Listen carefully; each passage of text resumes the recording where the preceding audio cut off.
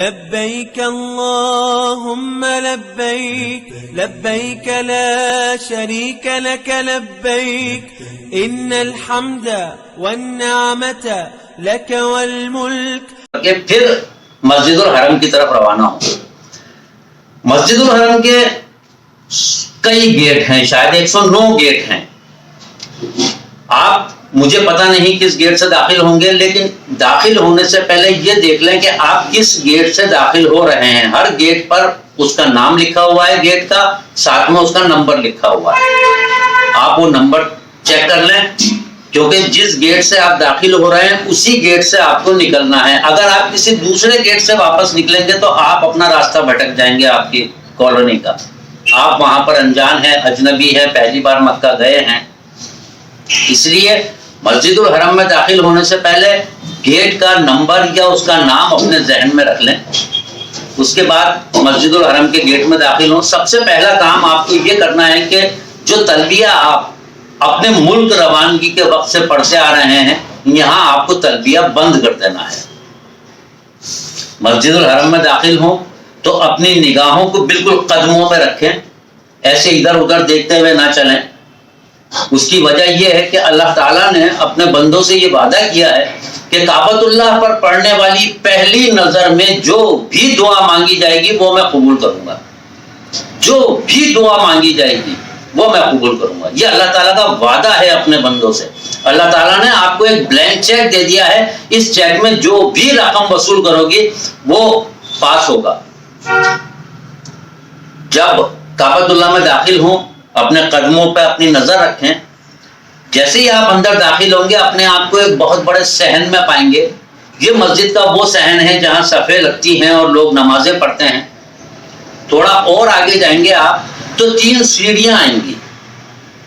کچھ جگہوں پر آج بھی وہ سیڑھیاں ہیں، کچھ جگہوں پر وہ سلوپ بنا دیا گیا ہے. ان 3 سیڑھیوں سے جب آپ اتریں گے تو آپ اپنے آپ کو ایک ایسی جگہ میں پائیں گے جہاں چاروں طرف بارہ بنی ہوئی ہے. وہاں کہیں بھی کونے میں کھڑے ہو جائیں، جیسے ہی اپنی نگاہ اٹھائیں گے سامنے کالے غلاف میں لپٹا ہوا آپ کو کعبۃ اللہ نظر آئے گا. یہ میں آپ سے اس لیے کہہ رہا ہوں کہ اس جگہ پر کھڑے ہونے کے بعد جب آپ کی کعبۃ اللہ پہ نظر پڑے گی تو کوئی آپ سے اونچا آدمی بھی آپ کے سامنے آ جائے گا تو بھی کعبۃ اللہ کی آڑ میں نہیں آئے گا. آپ کعبۃ اللہ کو دیکھیں، ٹکٹکی لگا کے دیکھیں، اپنے اوسان پر قابو رکھیں. عام طور پہ ہوتا یہ ہے کہ زندگی بھر ہم کعبۃ اللہ کی طرف رخ کر کے نمازیں پڑھتے ہیں، اچانک سے کعبۃ اللہ کو سامنے دیکھ کر آدمی اپنے اوسان بھول جاتا ہے. یہاں سے سوچ کے جاتا ہے کہ میں یہ دعا کروں گا، یہ دعا کروں گا، اپنے والدین کی مغفرت کی دعا کروں گا، بچوں کی دعا کروں گا، رزق کی برکت کی دعا کروں گا. بہت ساری دعائیں سوچ کے جاتا ہے، لیکن وہاں ایسی کیفیت طاری ہوتی ہے کہ آنکھوں سے زار و قطار آنسو نکل رہے ہوتے ہیں. انسان ایک بلینکنس آ جاتی ہے دماغ میں، وہ بھول جاتا ہے کہ میں اس وقت کہاں کھڑا ہوں، کعبۃ اللہ میرے سامنے ہے. اپنے اوسان پر قابو رکھیے. ہم لوگوں سے یہ درخواست کرتے ہیں کہ کعبۃ اللہ پر جیسے ہی آپ کی نظر پڑے سب سے پہلے یہ دعا کریں کہ اے اللہ میری زندگی کی تمام جائز دعاؤں کو قبول کر لے. اگر یہ دعا قبول ہو گئی تو آپ سوچئے کہ آپ کی بقایا زندگی میں جو بھی جائز دعا آپ مانگیں گے اللہ تعالیٰ وہ قبول کرے گا. اس کے بعد جیسے جیسے آپ کو یاد آتا جائے اپنے دعائیں کیجئے، اپنے والدین کے مغفرت کی دعائیں کیجئے، اپنے بچوں کے بہتر مستقبل کی دعائیں کیجئے، اپنی خود کی مغفرت کی دعا کیجئے، اپنے ملک کی خیر و بہبودیت کی دعا کیجئے. خوب گڑ گڑا کے دعا کیجئے. یہاں مانگی گئی ہر دعا اللہ تعالیٰ قبول کرتا ہے. جب آپ دعاؤں سے فارغ ہو جائیں تو کعبۃ اللہ کی طرف آئیں تو جیسے ہی آپ آگے آئیں گے تو آپ کو دکھے گا کہ کچھ لوگ کعبۃ اللہ کا طواف کر رہے ہیں. اس جگہ کو مطاف کہا جاتا ہے. جہاں طواف کیا جاتا ہے اس جگہ کو مطاف کہا جاتا ہے. یہاں آپ کو 2 کام کرنے ہیں. پہلا کام تو یہ ہے کہ جو احرام آپ نے باندھ رکھا ہے اس کو اپنے دائیں کندھے سے نکال کر بغل میں لے لیں اور اپنا دایاں کندھا کھول لیں. اس کیفیت کو استوا کی حالت کہا جاتا ہے. تمام مرد حضرات کو اجتبا کی حالت میں آنا ہوتا ہے. اپنا دایاں کندھا کھول لیں. کھولنے کے بعد آپ کو دوسرا کام یہ کرنا ہے کہ کعبۃ اللہ کے 4 کونے ہوتے ہیں. پہلا کونا جس میں سنگ اسود لگا ہوا ہے اسے کہتے ہیں رکن اسود. اس کے بعد ہے رکن عراق, اس کے بعد ہے رکن شام, اور اس کے بعد ہے رکن یمنی. آپ کو سب سے پہلے رکن اسود پر آنا ہے. رکن اسود پر آنے, رکن اسود کی بالکل سیدھ میں بالکل سامنے ایک ہری ٹیوب لائٹ لگی ہوئی ہے. اس ہری ٹیوب لائٹ اور رکن اسود کے بیچ میں آ کے آپ کو نیت کرنی ہے کہ اے اللہ, میں کعبۃ اللہ کے طواف کی شروعات کر رہا ہوں, اسے میرے لیے آسان فرما اور اپنی رحمت میں قبول فرما.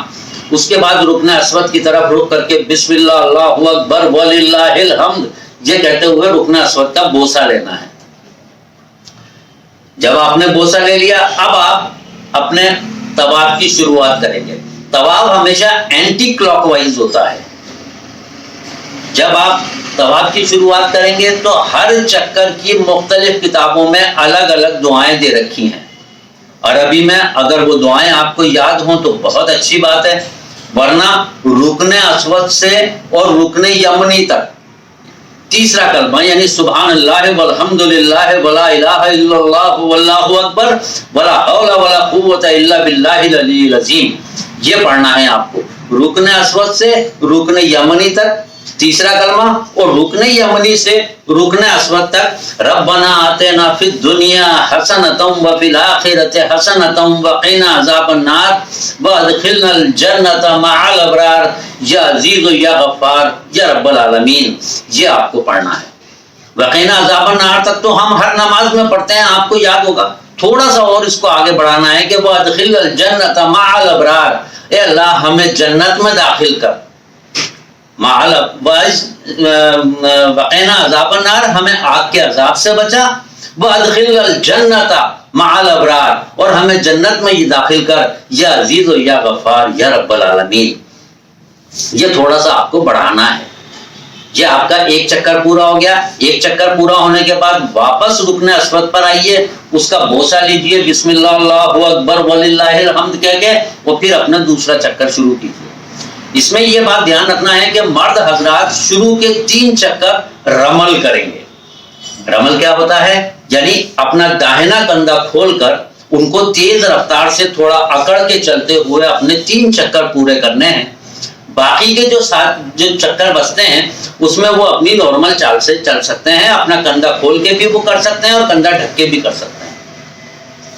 یہ آپ کو 7 چکر کرنے ہیں. جب آپ کے 7 چکر پورے ہو جائیں تو اس کے بعد یہ نہیں کہ آپ کے 7 چکر پورے ہو گئے اور آپ کعبۃ اللہ سے روانہ ہو گئے ٹاٹا بائے بائے کرتے ہوئے. نہ, ایسا نہیں کرنا ہے. آپ کا جب 7واں چکر پورا ہو جائے واپس رکن اسود پر آئیے, واپس بسم اللہ اللہ اکبر وللہ الحمد کہہ کے رکن اسود کا بوسہ لیجیے اور آپ باہر نکلیے.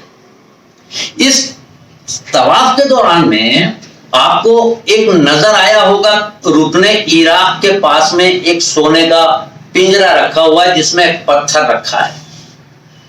وہ پتھر ہے مقام ابراہیم. یہ وہ پتھر ہے, وہ مقدس پتھر ہے جس پر کھڑے ہو کے ابراہیم علیہ السلام نے کعبۃ اللہ کی تعمیر کی تھی. اور اللہ تعالیٰ نے ایسا اس پتھر کو ایسا بنایا تھا کہ ابراہیم علیہ السلام حکم دیتے تھے پتھر اونچا ہو جائے تو وہ پتھر اونچا ہو جایا کرتا تھا, جب حکم دیتے تھے نیچے ہو جاتا وہ پتھر نیچے ہو جایا کرتا تھا. وہ پتھر ہے جس پہ کھڑے ہو کے ابراہیم علیہ السلام نے کعبۃ اللہ کی تعمیر کی تھی. آپ کو یہاں 2 رکعت نماز واجب الطواف ادا کرنی ہے. اس میں جہاں یہ مقام ابراہیم ہے اس کے پیچھے 2 رکعت نماز واجب الطواف پڑھنا افضل ہے. اگر یہاں بھیڑ زیادہ ہو تو آپ پورے مسجد الحرم میں کہیں بھی 2 رکعت نماز واجب الطواف پڑھ سکتے ہیں. اس میں پہلی رکعت میں سورہ کافرون اور دوسری رکعت میں سورہ اخلاص یعنی قل هو اللہ احد پڑھنا افضل ہے. اگر آپ کو یاد ہو بہت اچھی بات ہے, ورنہ کوئی بھی سورت پڑھی جا سکتی ہے. اسی طرح سے طواف کے دوران جیسا میں نے بتایا کہ رکن اسود سے رکن یمنی تک تیسرا کلمہ اور رکن یمنی سے اور رکن اسود تک ربنا آتنا پڑھنی ہے. آپ کو یاد ہو بہت اچھی بات ہے, اسلام میں بہت سہولیتیں دی گئی ہیں. آپ کو یاد ہو تو بہت اچھی بات ہے، ورنہ اگر تیسرا کلمہ یاد نہیں ہو تو لا الہ الا اللہ محمد رسول اللہ، لا الہ الا اللہ محمد رسول اللہ پڑھتے ہوئے بھی آپ کلمہ اپنا پورا کر سکتے ہیں طواف۔ کم سے کم پہلا کلمہ تو یاد ہوگا، مسلمان ہیں ہم۔ یہ آپ کا طواف ہو گیا، آپ نے مقام ابراہیم کے پیچھے 2 رکعت نماز واجب الطواف ادا کر لی۔ اس کے بعد مقام ابراہیم سے تھوڑا سا پیچھے جائیں گے آپ تو آپ دیکھیں گے کہ کچھ واٹر کینس رکھی ہوئی ہیں، کچھ پانی کی ٹنکیاں رکھی ہوئی ہیں جس میں آب زمزم ہے۔ وہاں گیلری میں بیٹھ کے تھوڑی دیر ریسٹ کریں۔ ابھی آپ طواف کر کے آئے ہیں، ہو سکتا ہے کہ آپ کی باڈی گرم ہو، ایسی گرم باڈی میں اگر آپ ٹھنڈا ٹھنڈا آب زمزم پی لیں گے ہو سکتا ہے آپ کو تھروٹ انفیکشن ہو جائے، ہو سکتا ہے سن اسٹروک ہو جائے، ہو سکتا ہے آپ بیمار پڑ جائیں۔ اپنے آپ کو تھوڑا ریسٹ دیجیے، وہاں آرام کیجیے۔ آرام کرنے کے بعد آپ سیر ہو کے آب زمزم پیجیے، اچھی طرح کھل کے آپ کو آب زمزم پینا ہے۔ اتنا بھی نہیں کہ آپ سے صفا مروہ کی صحیح نہیں ہو سکے، اتنا زیادہ بھی مت پی لیجیے گا۔ آب زمزم پینے کے بعد جیسے ہی اس سے اور پیچھے جائیں گے تو سامنے ہی ایک لکھا ہوا ہے جبل صفا، یعنی جبل کہتے ہیں عربی میں پہاڑی کو۔ آپ کو صفا پہاڑی پر آنا ہے۔ یہاں آنے کے بعد کعبۃ اللہ کی طرف رخ کر کے بڑے گڑ گڑا کے دعائیں مانگیں۔ یہ دعاؤں کی بڑی مقبولیت کا مقام ہے۔ جبل صفا پہ کھڑے ہو کے کعبۃ اللہ کی طرف رخ کر کے یہاں جو بھی دعا مانگی جائے گی اللہ تعالیٰ قبول کرے گا۔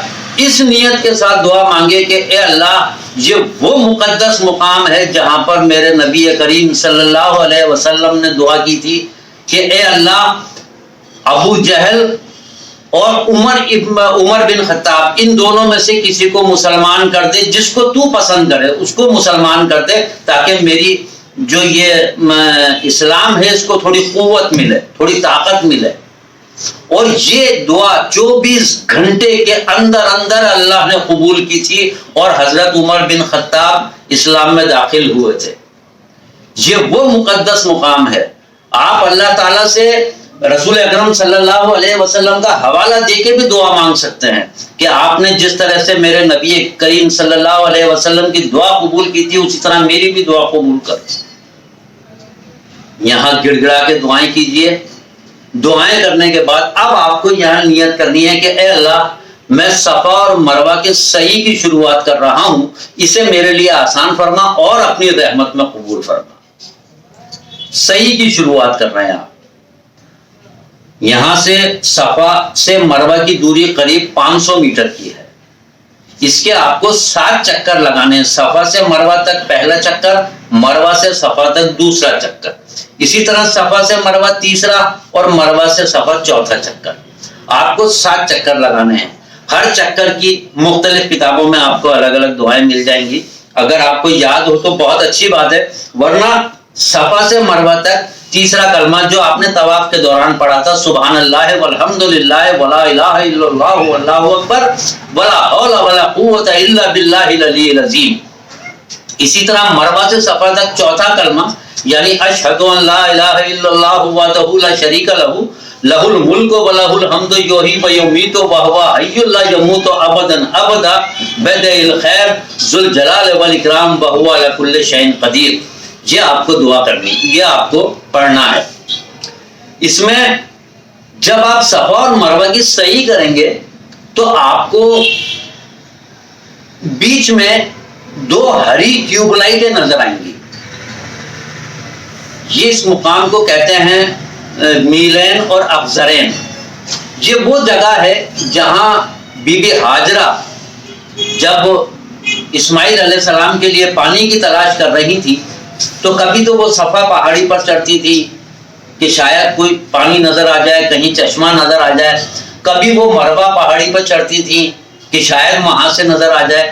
تو جب وہ یہاں ہوتی تھی تب تک تو اسماعیل علیہ السلام نظر آتے تھے، لیکن جب یہ جہاں میلین اور افزرین ہے یہ جگہ تھوڑی نشیب میں ہے، تھوڑی نیچے ہے، تو جب وہ یہاں آتی تھی تو اسماعیل علیہ السلام نظر نہیں آتے تھے۔ وہ بے چین ہو جایا کرتی تھی کہ کہیں میرے بچے کو کوئی جنگلی جانور اٹھا کے نہ لے جائے۔ تو وہ اس جگہ پر تیز چلتی تھی، گھبراہٹ میں بہت تیز دوڑتی تھی. اللہ تعالیٰ کو ان کی یہ دوڑ اتنی پسند آئی کہ تمام حجاج کرام پر یہ ضروری کر دیا کہ وہ صفا اور مروہ کی صحیح کرتے وقت میلین اور افضلین کے اس مقام میں جہاں ہری ٹیوب لائٹیں لگی ہوئی ہیں وہاں وہ دوڑ کے پار کریں گے. عورتیں اپنی نارمل چال سے چلیں گی، مرد حضرات تیز رفتار سے. دوڑنے کا مطلب یہ نہیں ہے کہ کوئی میراتھن ہو رہی ہے، نارمل چال سے تھوڑی تیز رفتار سے آپ کو چلنا ہے. اس جگہ پر عورتیں اپنی نارمل چال سے چلیں گی. یہ آپ کو 7 چکر پورے کرنے ہیں. 7واں چکر آپ کا مروہ پہاڑی پر ختم ہوگا. وہاں کھڑے ہو کے دعا کریں اللہ تعالیٰ سے اور کہ میں نے جو یہ صفا اور مروہ کی صحیح کی ہے اس میں کوئی غلطی ہو گئی ہو تو اس کو معاف فرما اور اپنی رحمت میں قبول فرما. اور مروہ گیٹ سے جو پیچھے گیٹ ہے اس کا نام ہے مروہ گیٹ، اس مروہ گیٹ سے باہر نکل جائیں. جیسے ہی آپ مروہ گیٹ سے باہر نکلیں گے ایک بہت بڑا میدان ہے. اس میدان میں کچھ ہیئر کٹ ڈریسرز نے اپنی دکانیں کھول رکھی ہیں، کچھ نائیوں نے اپنی دکانیں کھول رکی ہیں، وہاں اپنے بال کٹوائیں. میں نے آپ سے پہلے کہا کہ بالوں کا منڈوانا افضل ہے. اگر آپ کے کوئی پرابلم ہے، کوئی اسکن ڈیزیز ہے، آپ اس طرح نہیں رکھوا سکتے تو آپ مشین سے بھی بال کتروا سکتے ہیں. اس میں یہ ہے کہ 1/4 سے زیادہ آپ کے بال کٹ جانے چاہیے. یہ نہیں کہ ڈک لگا لیا، تھوڑا سا یہاں سے کٹوا لیا، تھوڑا سا یہاں سے کٹوا لیا، ایسا نہیں. پورے سر کے 1/4 بال کٹ جانے چاہیے. عورتیں اپنے ہاتھ کے 1 پوروے کے برابر بال کاٹیں گی، یا تو خود کاٹ لیں یا اپنے محرم سے کٹوا لیں. اس کا طریقہ یہ ہے کہ بالوں کو پورا پیچھے کر کے اور چوٹی کا جو آخری کونا ہوتا ہے وہاں سے 1 پوروے کے برابر یا تو اتنا ناپ لیں یا اس کو یہاں بال کو لپیٹ لیں اور یہاں قینچی چلا دیں. اتنے بال عورت کو کاٹنے ہیں. اب آپ کا عمرہ مکمل ہو گیا، آپ احرام کی پابندیوں سے باہر آ گئے. ایک بات میں اور بتاتا چلوں، جب اتنی بات آئی ہے تو اس پورے سفر کے دوران کہیں نہ کہیں ہو سکتا ہے جانے انجانے میں آپ سے کوئی غلطی ہو جائے، کوئی کمی رہ جائے. تو قرآن مجید میں سورہ بقرہ میں اللہ تعالیٰ فرماتا ہے کہ وَإِذْ يَرْفَعُ إِبْرَاهِيمُ الْقَوَاعِدَ مِنَ الْبَيْتِ وَإِسْمَاعِيلُ رَبَّنَا تَقَبَّلْ مِنَّا إِنَّكَ أَنْتَ السَّمِيعُ الْعَلِيمُ. کیا مطلب؟ وَإِذْ يَرْفَعُ إِبْرَاهِيمُ الْقَوَاعِدَ مِنَ الْبَيْتِ وَإِسْمَاعِيلُ کہ اور جب ابراہیم اور اسماعیل مل کے بیت اللہ کی بنیادیں اٹھا رہے تھے اور دعا کر رہے تھے کہ ربنا تقبل منا، اے اللہ ہماری اس محنت کو قبول فرما، انک انت السمیع العلیم، تو تو سب کے دلوں کا حال جاننے والا ہے، تو تو جانتا ہے کہ ہم تیرا گھر خلوص سے بنا رہے ہیں یا نہیں بنا رہے. میں نہیں کہہ رہا، قرآن مجید میں اللہ تعالیٰ یہ فرما رہا ہے کہ ابراہیم علیہ السلام نے یہ دعا مانگی تھی. آپ کی اور میری طرح کوئی معمولی انسان نہیں تھے. ابراہیم علیہ السلام نبی تھے، خلیل اللہ، اللہ کے دوست. اسماعیل علیہ السلام بھی نبی تھے، ذبیح اللہ، اللہ کے راستے میں ذبح ہونے والے.